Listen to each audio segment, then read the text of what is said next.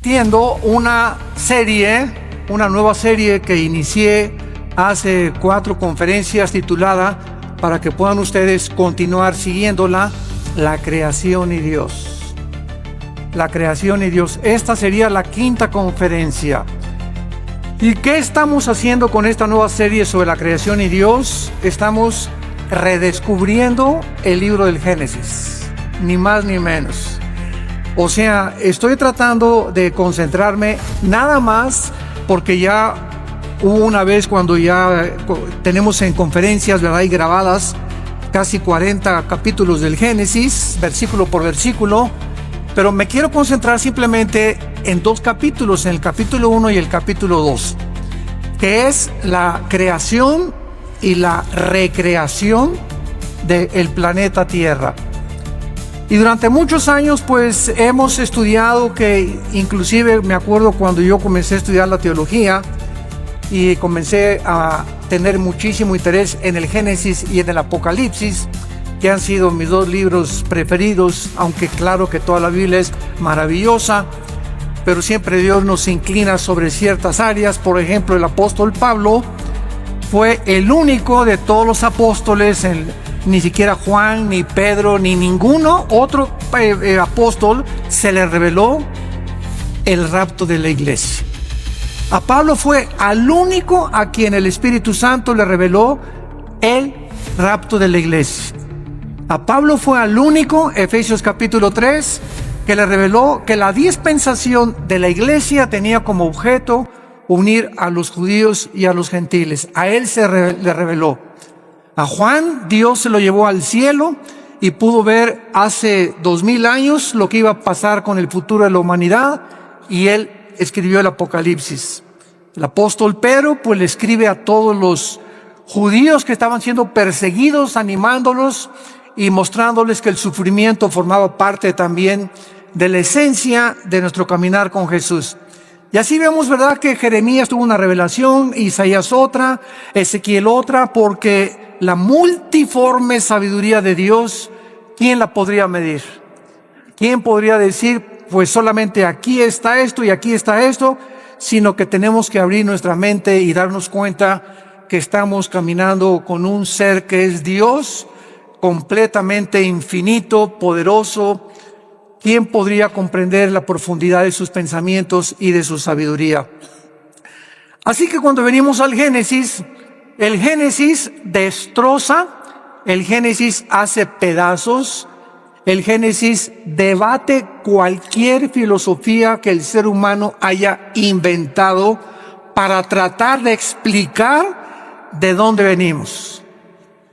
Entonces, esta es la razón por la cual nosotros nos podemos parar ante cualquier auditorio de astrofísicos, de astrónomos, de psicólogos, de sociólogos, de antropólogos, de paleontólogos, etcétera, de antropólogos, etcétera, etcétera, y poder decirles, psiquiatras, psicólogos, que el contenido que tiene la Biblia, y demostrado desde luego a través de las evidencias que la Biblia tiene, científicas, proféticas, genéticas, biológicas, químicas, físicas, literarias, poéticas, etcétera, etcétera, no hay ningún sistema de pensamiento que se pueda igualar con los pensamientos de Dios. Entonces, el ser humano, pues desde luego que jamás podrá nunca saber de dónde venimos. ¿Por qué el ser humano jamás podrá saber de dónde venimos? Porque para que sea científico, señores astrofísicos que nos escuchan, y físicos, matemáticos, y como en la disciplina académica que ustedes quieran tener, para que sea científico tiene que ser repetitivo. Entonces nadie estuvo cuando comenzó la creación. Entonces, como nadie estuvo cuando comenzó la creación, también muchos científicos inventan teorías. Entonces, no todo lo que tiene carácter pseudocientífico es verdad. Perdón. Entonces, pues se ha inventado, ¿verdad?, que el universo, ¡pum!, comenzó con el Big Bang, la gran explosión, y que de una explosión se formaron los universos, etcétera, etcétera. Y cuando oímos esto, como no estamos acostumbrados a pensar, síganme con mucho cuidado, el ser humano en su mayoría no está entrenado ni disciplinado a pensar. ¿Qué quiero decir con esto? Que no analizamos lo que se nos enseña. Por ejemplo, tú vas a la escuela y a la universidad y te puedes graduar con un doctorado en filosofía, y al mismo tiempo que tienes un doctorado en filosofía o en ciencias políticas, al mismo tiempo has aceptado que venimos del chango. ¿Por qué lo has aceptado? Lo has aceptado como un dogma nada más, porque tú mismo sabes, si tienes un poquito de mente analítica, que es imposible que el ser humano científicamente proceda de los animales, sobre todo a la luz de la misma ciencia. En 1954, recuerden ustedes que hubo dos doctores norteamericanos, el doctor Watson y el doctor Crick, que se les dio el premio Nobel de Medicina, 1954. ¿Por qué se les otorgó el premio Nobel de Medicina? Porque descubrieron la hélice del ADN, del ácido desoxirribonucleico. ¿Qué cosa es esto? Pues en los billones de células que el cuerpo humano tiene, se encuentra un código genético. O sea, se encuentra en cada célula de tu cuerpo, y esto lo descubrió la ciencia. Y en cada célula de mi cuerpo, que son billones de células, se está escrita tu vida y mi vida. La información genética de tus tatarabuelos y de mis tatarabuelos. Y en cada célula de tu cuerpo está el color de tu piel, el color de tus ojos, la estatura que tú ibas a tener, todo absolutamente codificado en cada célula. Ahora, muy bien, si pensamos y seguimos esta línea de lógica, si yo me encuentro una carta en la playa donde dice, Chencho, te quiero y te amo, te fuiste y me dejates, como quiera que esté escrita la carta, esas sentencias, esa unión de pensamientos, no lo puede producir la arena del mar. Aquí detrás de esa carta, por más que yo quiera tratar de entender que fue otra cosa, hay una inteligencia que escribió eso dirigido a otro ser humano. Entonces, es exactamente como cuando nosotros llegamos a la conclusión de que esa inteligencia y esa información que tienen nuestras células fue por accidente. Ahora, ¿qué dice la genética? Que el esperma de un chango es imposible que produzca un hipopótamo. Y que el esperma de un gato es imposible que produzca un perro. Y que el de una vaca produzca una jirafa. Y que el ser humano tiene las cromosomas XY, el varón, la mujer tiene las cromosomas XX, y cuando tú y yo nacimos, los varones, cuando mi papá se tuvo relaciones con mi mamá, el cromosoma Y de mi papá fertilizó el óvulo de mi mamá X, y tú y yo nacimos macho camachos. Entonces, si tú vas al médico y te haces un examen de sangre y sale que tienes el cromosoma Y, pero aquí dices que no, que eres mujer, entonces tu problema biológico no es biológico, sino es un problema mental. Tienes un tornillo flojo aquí adentro. Porque biológicamente Dios nos creó diferentes a los hombres y a las mujeres, haciendo a un lado ya la Biblia. Entonces nos damos cuenta que a través de la misma descubrimientos de la genética y de la ciencia, corroboran que la Biblia tenía razón. Que es imposible que de una explosión hayamos salido todos, porque la primera pregunta es, ¿quién produjo la explosión? Pregúntale a tu padrino el ateo. ¿Quién produjo la explosión? ¿La nada? No produce nada. Ahora, muy bien, siguiendo este pensamiento, si hubo una explosión, ¿la materia produce el pensamiento?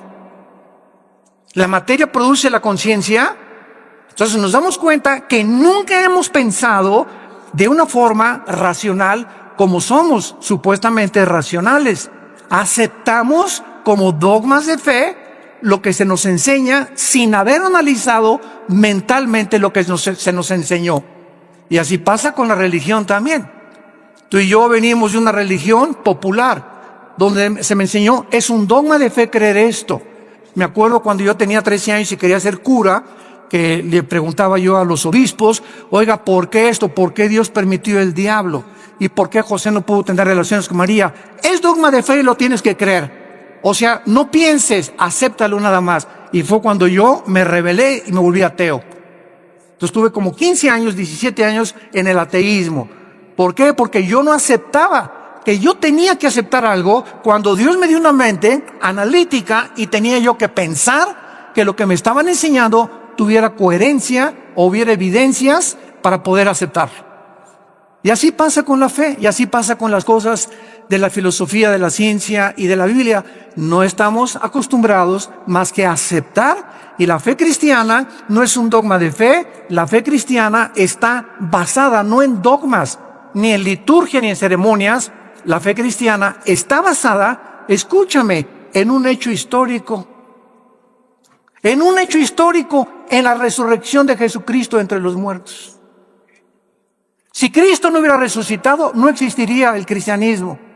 La base del cristianismo es que un hombre hace 2000 años bajó del cielo, el hombre Dios, nos dio un mensaje que sobrepasa la capacidad del ser humano para poder entenderlo, y que era imposible que sus pensamientos hubieran sido producidos ni por Platón, ni por Sócrates, ni por Mahatma Gandhi, ni por Confucio, ni por Zoroastro, ni por ningún gran líder religioso. Y ese hombre anuncia que va a morir y que tiene el poder sobre la muerte. Y la resurrección de Cristo transforma el imperio más grande de toda la historia, el imperio romano. Y durante 300 años los seguidores de Cristo anuncian este mensaje: Jesús vive, y se enfrentan a un imperio, a los leones, los quemaron vivos, los hicieron teas humanas, los enterraron en su orina, en su excremento. Quisieran acabar con el cristianismo y no pudieron, simplemente porque estos hombres vieron a Jesús resucitado. Y eso es lo que cambia al ser humano. No tenemos una Biblia con dogmas, tenemos una Biblia con evidencias históricas, arqueológicas, químicas, genéticas y de cualquier disciplina que tú quieras mencionar. Muy bien. En el capítulo 1 del Génesis, los que traigan su Biblia, recuerden siempre que los que no traigan Biblia, siéntense con un cristiano. Una de las tragedias más grandes del siglo XXI es que se calcula que el 80% de los cristianos van a la iglesia sin Biblia. Y nunca el Espíritu Santo va a poder tratar con tu vida si no te sientas con tu Biblia en las rodillas, y cuando estás recibiendo la palabra de Dios, estarla viendo, estarla hojeando, estarla aprendiendo a manejar, porque es la espada del Espíritu.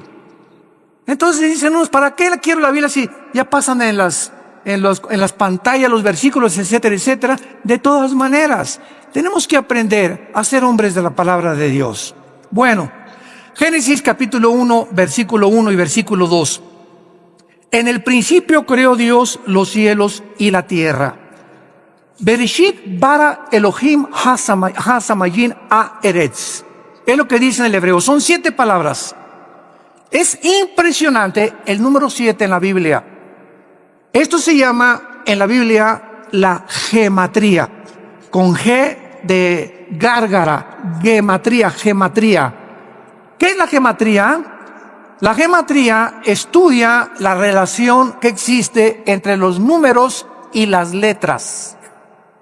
Entonces, cuando venimos a un libro como la Biblia, no es coincidencia que desde el primer versículo se demuestre que el 7 es el número de la perfección y el número con el que termina la Biblia en el Apocalipsis. En el Apocalipsis el 7 está desde el primer capítulo hasta el último capítulo. 7 espíritus, 7 sellos, 7 trompetas, 7 copas, etcétera, etcétera. 7, 7, 7, 7. ¿Por qué? Porque solamente el hebreo, el lenguaje hebreo y el lenguaje griego tienen un símbolo en las letras. Recuerda cuando íbamos a la escuela, ¿verdad? Lo recordamos todos, que nos enseñaron los famosos números romanos. Entonces me enseñaron en la escuela que la B representa el 5, la X el 10, 2X 20, 3X 30, L 50, C 100, etcétera, etcétera. Y así vemos que detrás de los números hay un símbolo de las letras numérico. Pasa lo mismo con el hebreo. Entonces, cuando venimos al hebreo, cuando venimos al lenguaje original de la Biblia, encontramos que detrás de todo lo que nosotros vemos como aparentemente letra o tinta, se encuentran secretos de Dios.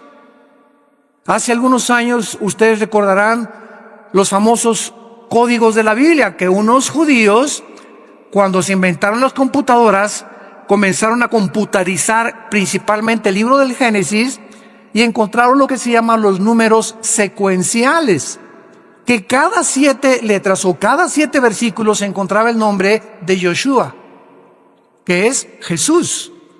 Y que a través de este análisis comenzaron a encontrar que había tantas cosas escondidas que era imposible que los seres humanos lo hubieran podido hacer. Así que si un ser humano hubiera comenzado a inventar, en el principio creó Dios los cielos y la tierra, ¿quién se lo dijo? Y el orden que tenemos en el Génesis de la creación es el orden en el que la ciencia corrobora que así existió la creación. Por ejemplo, nosotros no podíamos existir si antes no existieran las plantas por la fotosíntesis, y si no existiera el agua, y si el sol no estuviera alumbrándonos, ni la luna tampoco, ni la tierra girando perfectamente bien sobre su eje alrededor del sol. Antes de que el ser humano fuera colocado en el planeta Tierra, Dios ordenó un medio ambiente adecuado para que tú y yo pudiéramos existir. Antes de que Dios nos pusiera aquí en este ambiente, en la tierra, nosotros hacemos todos los días así. Y respiramos. ¿Te has puesto a pensar qué es lo que respiras? Estamos respirando una mezcla de hidrógeno que es como un 82% mezclado con oxígeno y otros gases.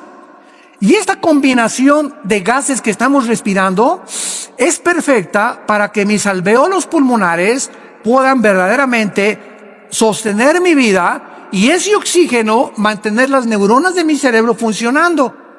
Y si yo me salgo de la atmósfera y me voy a la luna o a algún otro planeta, nos ahogamos, porque no existe fuera de la atmósfera ni en toda la Vía Láctea ningún oxígeno combinado, ni hidrógeno ni gases para que el ser humano pueda sobrevivir. Cuando tú tienes un niño o cuando estás embarazada y vas a tener un niño, ¿qué es lo que hacen las mamás antes de que nazca? Pues preparan la cunita y preparan el zarapito y preparan sus chupones. O sea, cuando el niño nace ya tiene un medio ambiente adecuado para poder sobrevivir y para que el mundo lo reciba. Entonces ya la mamá tiene su cunita y todo precisamente porque lo preparó antes de que él naciera.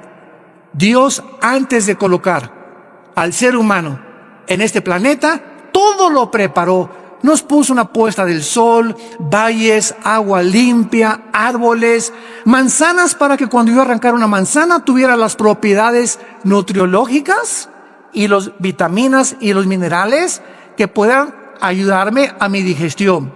En el plátano Dios le puso mucho potasio, que es bueno para el cerebro.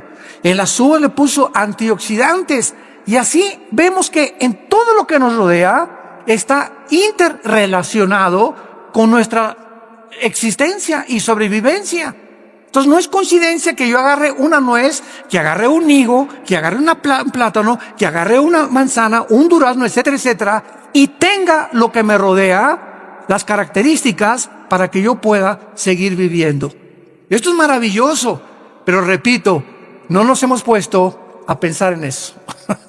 Todo lo aceptamos, ¿verdad? El plátano y la manzana. No, pues sí, pero sigo creyendo que vengo de Chita.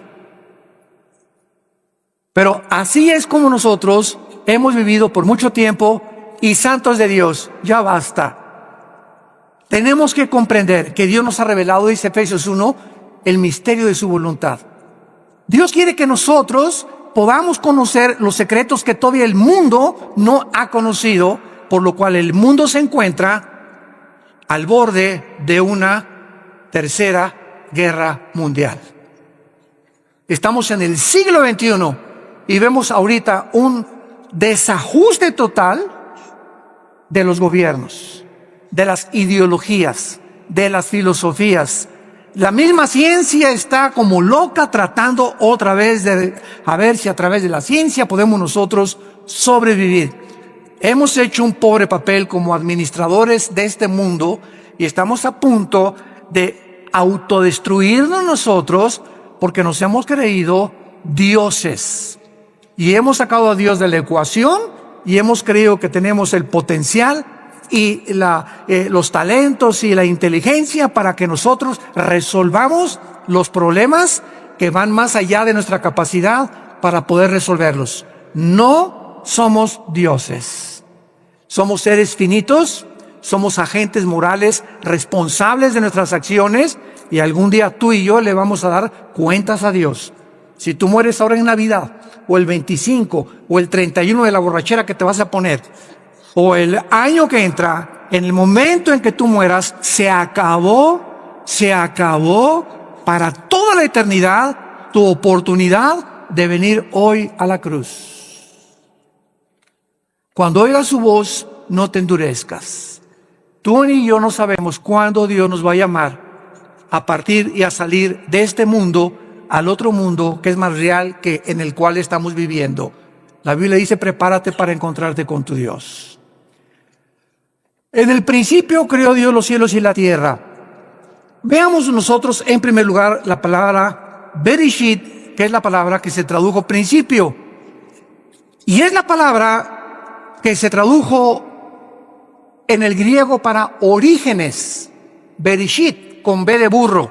S-H-I-T al final, Bereshit.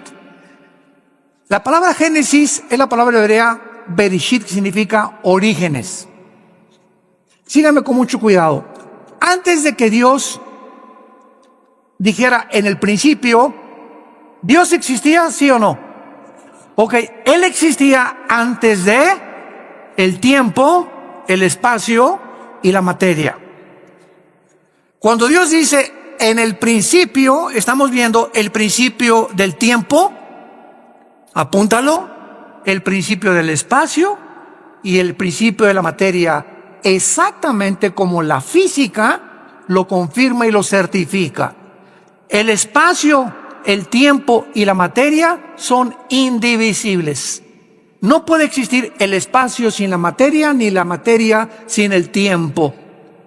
Y esta fórmula, o estos tres elementos que son los que forman el universo que nos rodea, fue precisamente lo que hasta 1900, aproximadamente entre el 32 y el 42, un científico alemán que huyó del nazismo a Estados Unidos, llamado Alberto Einstein, descubrió con su famosa fórmula de la teoría de la relatividad.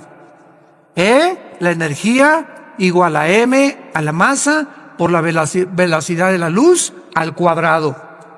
Y con esta fórmula Einstein corroboró claramente que el tiempo está unido al espacio, el espacio con la materia, y que solamente son medidas de nosotros, porque el universo no es infinito como se creía hasta el siglo XIX y hasta el siglo XX con los descubrimientos de Einstein y de los científicos genetistas, el doctor Crick y el doctor Watson, comenzamos a entender que todo lo que se enseñó por casi 19 siglos de Cristo a nuestros días, la ciencia se equivocó y que la Biblia ya lo afirmaba con siglos de anticipación. En el principio, hubo un principio, el universo no es infinito. Y si hubo un principio, hay un final. Y a finales del siglo XIX comienza otra teoría científica a demostrar la Biblia, la famosa ley de la termodinámica, las leyes de la termodinámica. La primera ley y la segunda ley de la termodinámica confirman que nada se crea ni se destruye. La segunda ley afirma que el universo está en un proceso de deterioro, que todo se tiene que descomponer, todo se tiene que oxidar con el tiempo, todo se tiene que echar a perder. A tu carro le tienes que estar continuamente echando aceite para que funcione el motor. Tenemos que estar tomando agua nosotros, vitaminas. Estamos en un proceso, en un universo donde el mismo Sol pierde millones de toneladas masa por segundo. El Sol pierde millones de toneladas masa por segundo. Esto establece la segunda ley de la termodinámica y lo confirma después Hebreos 1 del 10 al 12. Señor, en el principio tú eres para siempre, todo desaparecerá, pero tú permaneces por toda la eternidad. La Biblia ya enseñaba que el universo tenía algún tiempo que terminarse.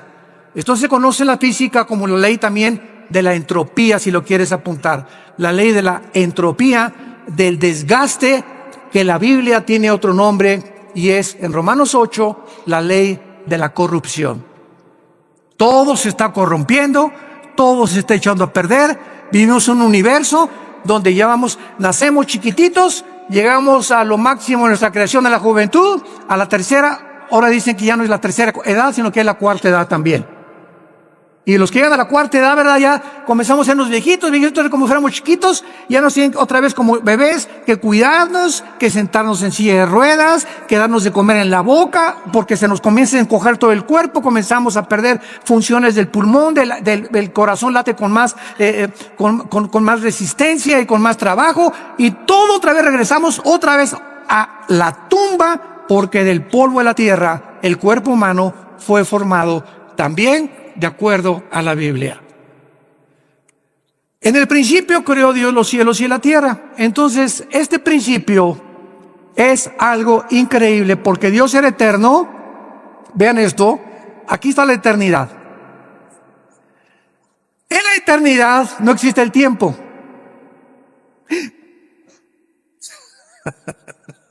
En la eternidad no hay pasado, no hay presente, ni hay futuro. En la eternidad es una dimensión donde nosotros todavía no estamos más que espiritualmente, ya somos partícipes de la eternidad al haber entrado Jesús a vivir a nuestra vida.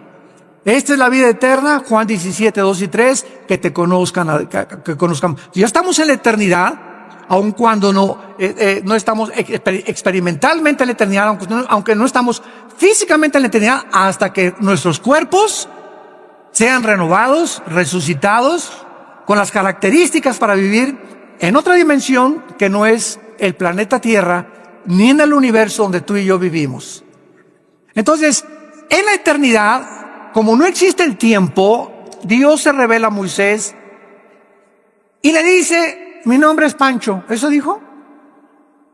Llámeme Juan. Llámeme Santiago.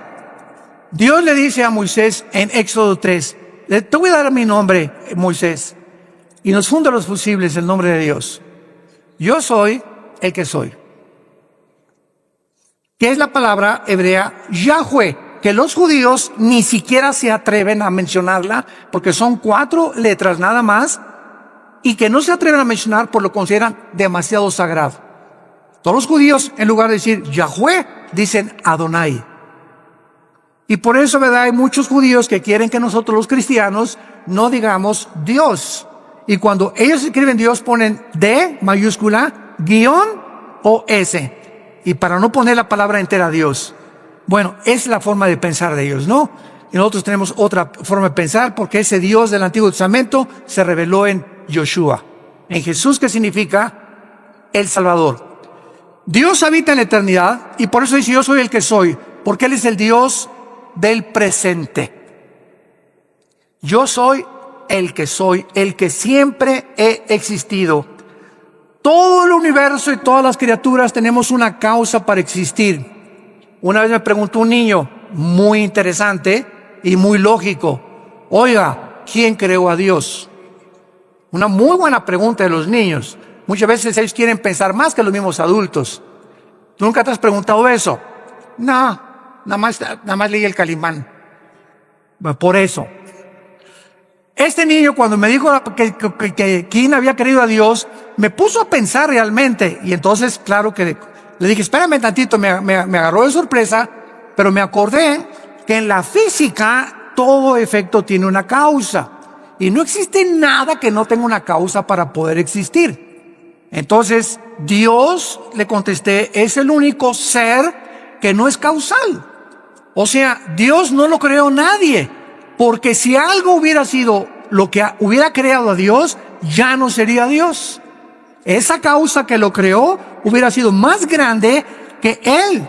Entonces, esa causa tenía que ser más inteligente y por eso llegamos siempre a una causa única que es Dios, de donde proviene todo lo demás. Entonces, a Dios no lo creó nada, porque si hubiera sido creado, hubiera sido criatura finita, como tú y yo somos finitos. Porque tuvimos un principio, tendremos un final cuando nosotros muramos. Entonces, Él habita la eternidad, dice en Isaías, el que habita la eternidad y la santidad y con los quebrantados de corazón. Ahora, pongan mucha atención.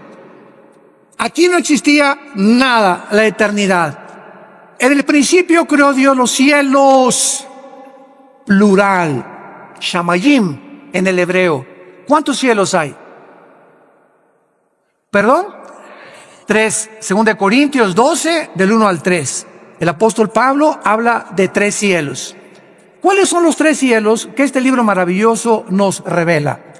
En primer lugar tenemos el cielo atmosférico, de la atmósfera hacia abajo. De la atmósfera hacia abajo es donde el ser humano puede vivir. Y de la atmósfera hacia abajo es donde opera Satanás. Efesios 2, del 1 al 3.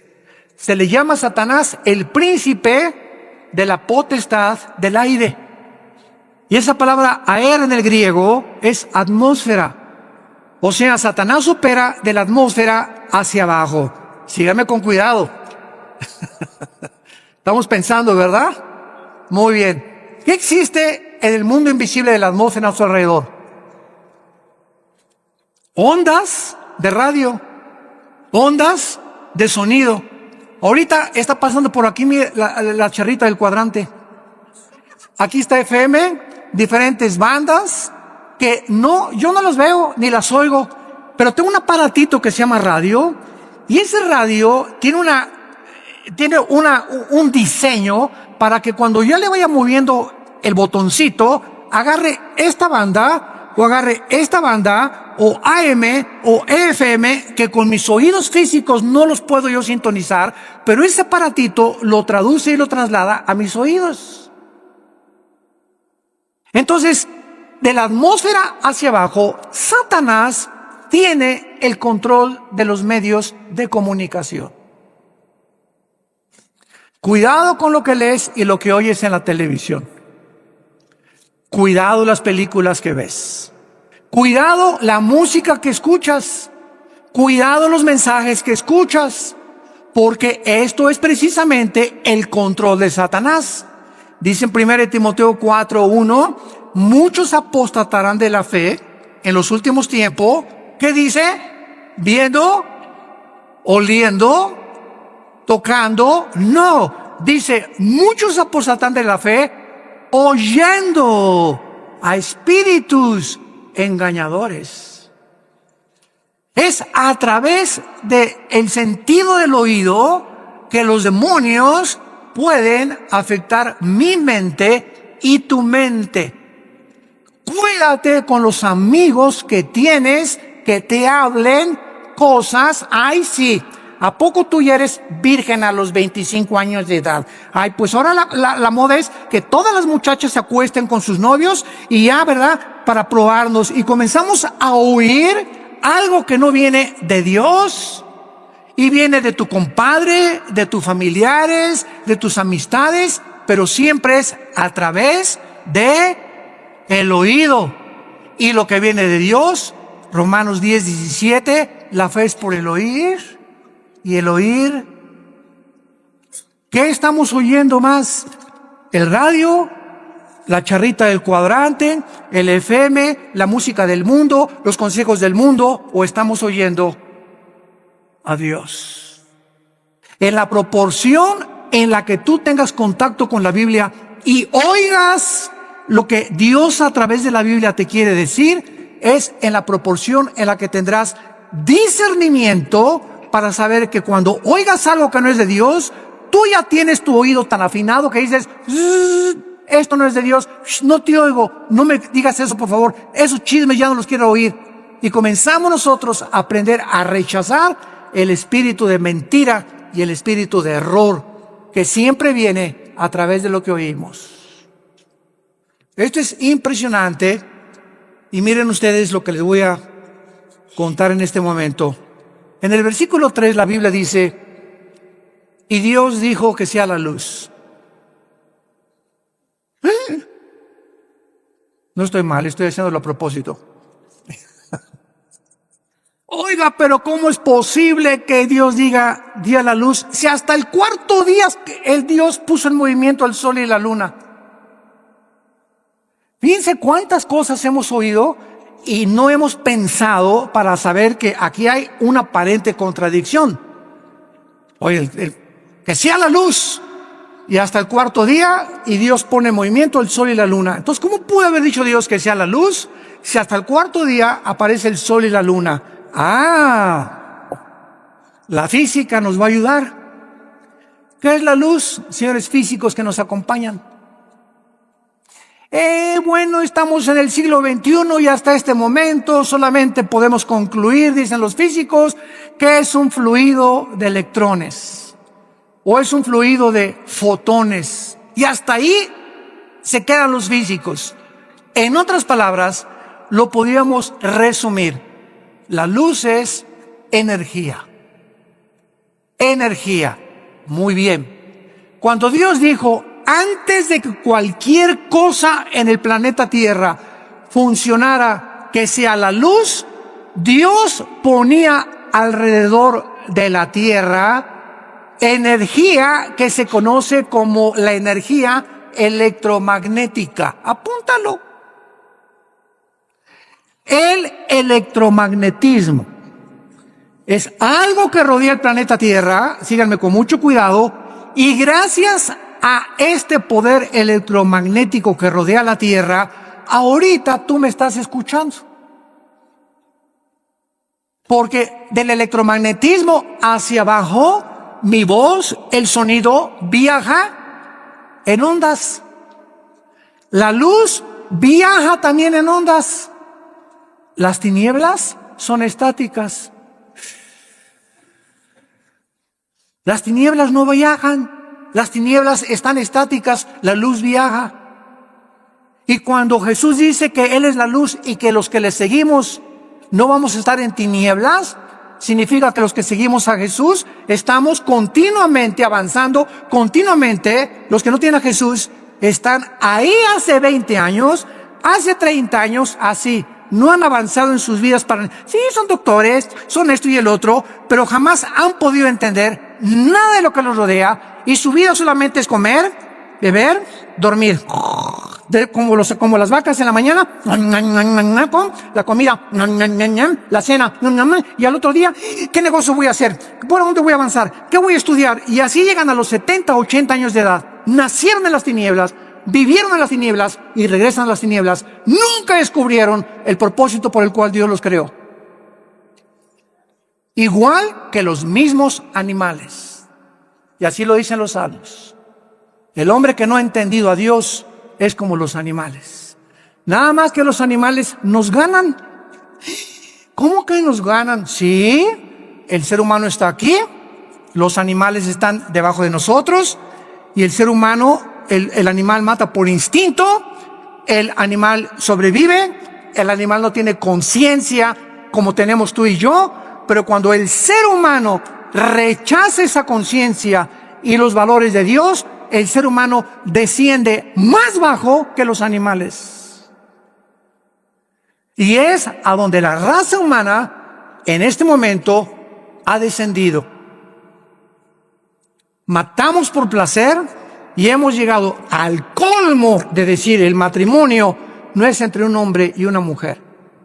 Nunca verás a dos leones que se casan, ni a dos perros que se casan. Pero hemos llegado y decimos que somos pensantes a completamente destruir las leyes de la biología, las leyes de la genética, la ética de Dios, la moral que Dios nos dio en los mandamientos, y nos hemos convertido en peor que animales. Y lo estamos aceptando como algo normal. Seres humanos creados a la imagen y semejanza del Creador han descendido peor que los animales. El electromagnetismo es uno de los poderes que existen con la gravitación y las fuerzas termonucleares. Son los tres poderes que rodean el universo. Y gracias al electromagnetismo nos podemos comunicar.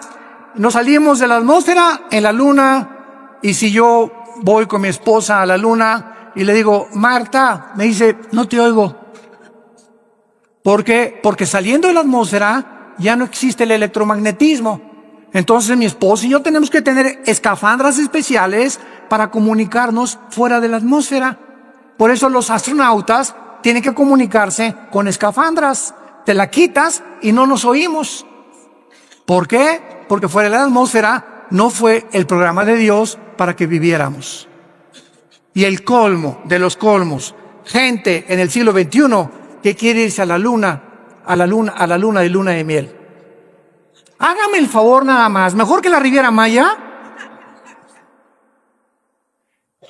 Oye, ahí en la luna o en Marte, bien nomás la locura, bien, a lo que hemos llegado, ¿no? Nos reímos ahorita, pero créanme lo que ya están haciendo planes. Oye, ahí arriba ni beso le vas a poner a tu esposa.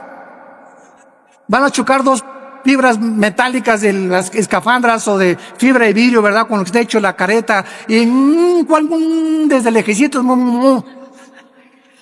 Increíble, pero cierto. Hay un ruso que pagó quién sabe cuántos millones de dólares para ser el primero en poder establecerse en la luna. Y el sueño del ser humano es conquistar el espacio y llegar a Marte y esto y el otro, cuando no hay ninguna de las características, ni la atmósfera, ni el agua, ni nada, ni las plantas, ni las frutas que existen para poder sobrevivir más de un mes en otro planeta. Así de brutos somos. En el principio creó Dios los cielos y la tierra. Entonces está la eternidad, y en penúltimo lugar hay tres cielos. Nos quedamos en este: el cielo de la atmósfera, donde no habita Satanás, habita por todo el universo, pero él opera y energetiza de la atmósfera hacia abajo y usa los medios de comunicación y lo que oímos para afectar nuestro sistema de pensamiento y nuestras doctrinas. Y cuando comenzamos a comprender eso y todas estas cosas, comenzamos a tener más defensas, más municiones para pelear contra él. Me voy a cuidar lo que oigo, la música que oigo, las películas que veo, los consejos que me da mi comadre, los consejos que me da mi suegra. Si no son cristianos, que se bañen. De la atmósfera para arriba sigue el cielo cósmico. Es el segundo cielo. El cielo que nos rodea en la Vía Láctea, ¿verdad? Plutón, Mercurio, Júpiter, Saturno, etcétera, etcétera. Es el cielo, es el segundo cielo. Este segundo cielo está ocupado. Sí existen los extraterrestres. Porque una vez me dijo ustedes lo conocen, me reservo su nombre, un experto en los ovnis. Oiga, el doctor Alducin, ¿y usted por qué no cree en los ovnis y los cristianos? Le dije, ¿quién dice que no creemos en los ovnis? Claro que creemos en ellos, pero simplemente no le llamamos ovnis, le llamamos ovis. ¿Qué quiere usted decir? Objetos voladores identificados. Para nosotros no son no identificados. Sabemos que existe un fenómeno, que existe algo que aparentemente es real, pero sabemos quién está detrás de este fenómeno. Y cuando venimos a la Biblia, descubrimos que Satanás, Lucifer, el príncipe de la potestad del aire, tiene el poder de materializar la energía. Él puede hacer que se levante este púlpito, te puede apagar la televisión, puede ponerte un programa que tú no cambiaste, te puede abrir las ventanas de tu casa, te puede producir sonidos que hay con cadenas arriba del techo, te puede producir que hay un coyote cerca de tu baño aullando a las 2, 3 de la mañana, te puede hacer que una persona se aparezca y entre a tu cuarto toda vestida de negro, o puede hacer apariciones de como se llama la Llorona, una señora vestida toda de blanco, y que de repente pasa por tu casa o en la noche y tú la ves y tú juras que algo pasó, y que los medios de comunicación y las películas están llamando, ¿verdad? Apariciones. Son demonios. Son demonios. Y todo el universo está controlado por ángeles caídos. Y en tercer lugar, el tercer cielo es el cuartel general de Dios.